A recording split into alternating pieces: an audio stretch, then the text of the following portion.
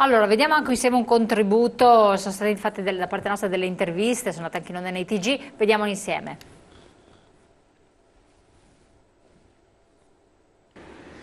Elena, cittadina di Vigonza e titolare di una gioielleria qui in comune. Lei un lavoro ce l'ha, ma come tutti lamenta delle grosse difficoltà a portare avanti la propria attività. Sì, come ben sta dicendo, qui la situazione è sempre più grave perché come in tutto il nostro paese soffriamo di questa crisi economica pesante a cui si aggiunge ovviamente la pressione fiscale di cui non abbiamo assolutamente bisogno. La gente spende sempre meno, cerca giustamente di non sprecare gli unici soldi che gli rimangono e chi ne soffre è sempre il cittadino che è in prima linea nei loro affari. Quindi noi quello che proponiamo sostanzialmente con questa protesta è quello di avere un obiettivo preciso che sia un blocco del pagamento delle tasse. Noi dobbiamo fermarci a pagare queste tasse perché non sono necessarie, servirebbero altri tagli, non quelli al paese ma quelli ai politici che fanno sempre i loro interessi e di nient'altro parlano che di spennare noi poveri cittadini.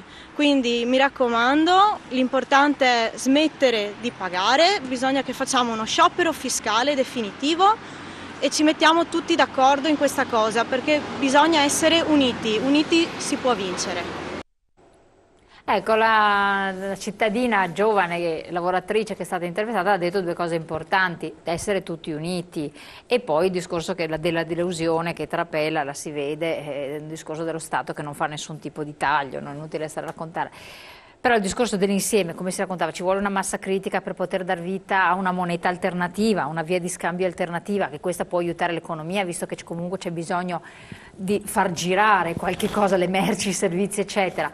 E lo stesso, come diceva la cittadina, voi invece agite più a livello individuale e forse non portate alla luce certe iniziative, perché questa nasce da protesta o è un'attività di dire di mio comodo? Perché c'è una differenza, una cosa che dice è per me comodo non pagare le tasse, lo sarebbe per tutti. No, ragazzi, mettiamoci in testa una cosa: la collettività lei ascolti che eventualmente può la collettività non esiste. Esistono degli insiemi, dei nuclei di individui, di persone che in un determinato momento storico, per un determinato obiettivo, corrono e camminano insieme verso una direzione.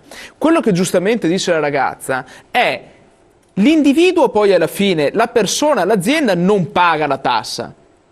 Cioè il collettivo in senso lato molto spesso quando si unisce porta a qualcosa di diverso dalla libertà. La rivoluzione francese ha visto saltare molte teste per poi trovarsi di nuovo nel problema precedente.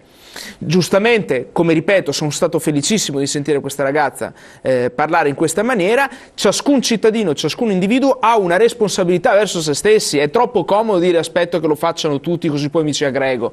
Si posticipa all'infinito in questa maniera. Per quel che riguarda noi tutto ci si può dire tranne che non abbiamo reso pubblico e non spingiamo da anni in questa direzione. È chiaro che oggi abbiamo raggiunto una massa critica tale che ci consente di intraprendere questa campagna di sciopero e disobbedienza fiscale raggruppando centinaia di imprenditori come l'altra sera lo Lonigo in via Lord Bowen Power nella sede della ditta tecnografica, e sarà soltanto la prima di una serie di iniziative che andranno verso la direzione appunto dello stop al pagamento delle tasse. Per quanto riguarda la questione della moneta, io sono felicissimo che nasca un'attività di questo tipo perché sono innanzitutto di libere iniziative, pervengono dagli individui, del tessuto produttivo, chi si autoregola. Questa è la massima manifestazione della cooperazione fra individui e in modo libero. E dirò di più in termini di moneta e libera cooperazione fra individui. Ad esempio esistono i bitcoin, che qualcuno può non conoscere.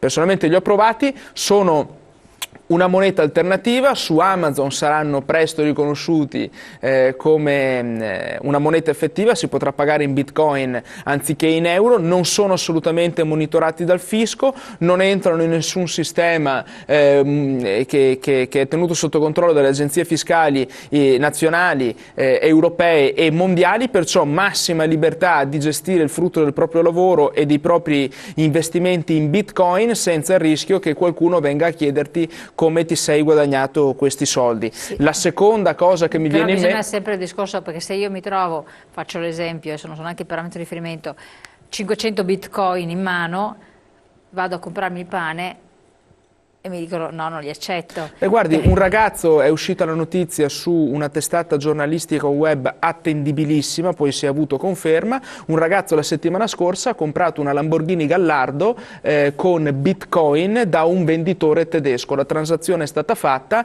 e da 2 giorni a questa parte, cioè dal lunedì, questo ragazzo sta guidando nella Baviera una Lamborghini Gallardo nera, certo, sì, una sì, Lamborghini sì. Gallardo nera pagata in Bitcoin. Il secondo esempio che mi viene in mente, ne parlavo giusto qualche giorno fa, sono nuovi social network e sistemi di interazione fra individui. Uno tra questi è SiteTalk, www.sitetalk.com, dove è un social network identico a Facebook, dove però all'interno si possono acquistare dei coupon con aziende convenzionate che ti consentono di risparmiare molti denari. Personalmente, grazie a questo coupon, ho acquistato una pizza nel ristorante Il Rancio in provincia di Vicenza e ho speso 3,50 € per una pizza che sarebbe costata 6 €. Tutte queste cose sono... Ma è tipo Groupon della situazione? È un mix fra Facebook e Groupon. È gratuito naturalmente come Facebook, ha le stesse funzionalità di Facebook, è appena nato, ci sono soltanto 20 milioni di iscritti nel mondo, ma stanno crescendo rapidamente. La cosa bella è che tu puoi nella tua città coinvolgere cittadini ed imprese che in questo modo riescono liberamente, senza l'intermediazione dello Stato, concordare sconti e perciò far risparmiare le famiglie. Una famiglia con 4 figli ha un notevole guadagno e soprattutto risparmio nel consumare una pizza a 3,50 €. La moneta di cui parlava Gottardo è una cosa Pegoraro, scusi, che va in questa direzione, il che è bellissimo perché, torno a ripetere, è la libera iniziativa e chi vuole, chi ci creda è esortato a... Anzi, approfitto della circostanza per fare un appello, insomma, a tutte le aziende che possono essere interessate di telefonare. Cosa possono fare? Quindi a questo punto Adesso noi stiamo allestendo il sito, quindi lì saranno precisate tutte le modalità per poter accedere al circuito. Per forza, perché se non è... Cosa ne dice dell'intervista della signora, che poi in realtà devo sono dire... state decine di interviste, perché ne abbiamo preso solo una, perché per me i contenuti erano quelli, ma anche perché non per il tempo a disposizione. Ripeto, è comprensibilissimo le reazioni che hanno tutto il mondo delle piccole, c'è tanta rabbia in giro, eccetera. Direi che ognuno, come diceva, ognuno ha una responsabilità propria, però secondo me ha anche una responsabilità più sociale, più pubblica. Io provengo dal mondo dei lavoratori dipendenti. Ho lavorato per tanti anni in una grossa banca, per dire, e ho sempre pagato le tasse fino all'ultimo centesimo.